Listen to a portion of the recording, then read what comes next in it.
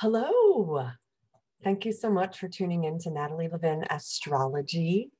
Today is Friday. It's Friday, November 6th, and I am Natalie Levin. And if you are interested in knowing more about how the planets interact with your personal chart, I invite you to reach out to me and we can set up a time to work. Today, we still have this extremely exciting, it's within about an 8-degree orb, which is still, I feel like it still has an effect. The Uranus is still opposing the sun, or the sun is still opposing Uranus. So for me, that is still be open to nonstop shocks and surprises. Like, we don't know what is happening, what could happen. I will illustrate this with a personal story that happened to me in the past 2 days. In the past 2 days ago, and the sun is also, for me, it's talking to my sun. My sun is at 15 degrees of Pisces. That's a water sign.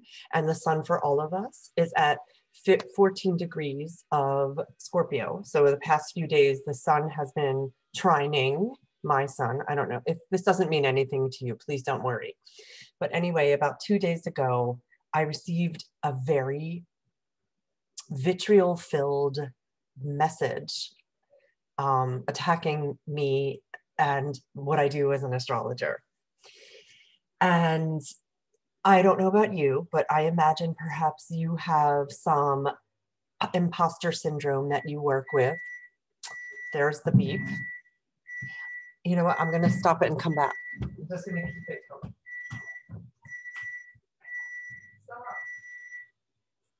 I'm just going to keep it going because that was like an illustration of Uranus exploding in the middle of the session, in the middle of the video. So I worked through, and the thing is with Scorpio energy, which is what we're all in right now, is all of the excrement that I'm working with in my own being comes to the surface at this time. Uranus illuminates it. So up it came, all my insecurities, all my wonderings. Am I a fraud? Maybe I am. I'm not sure. However, this is still for me Uranus energy. 2 days later, I get invited by a very incredible spirit and soul, Nadia Shah. If you don't know her, I'll link her in my YouTube video at the bottom of it, who is very, for me, like a superstar astrologer, invited me to make a video for her channel. So that's, again, expect the complete and utter unexpected. So, I mean, talk about like the turn of events. Uranus is here to wake us up over and over and over. And as a species, we are having that happen over and over and over. So not just is it happening in my personal life, it's happening in the world, in the universe, in my opinion. I mean, maybe people wouldn't agree with that. And it's all happening and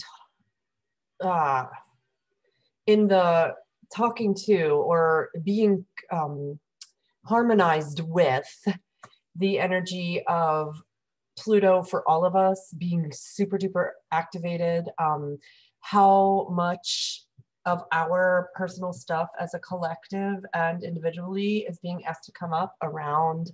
And again, for me, it's to whom am I giving my power?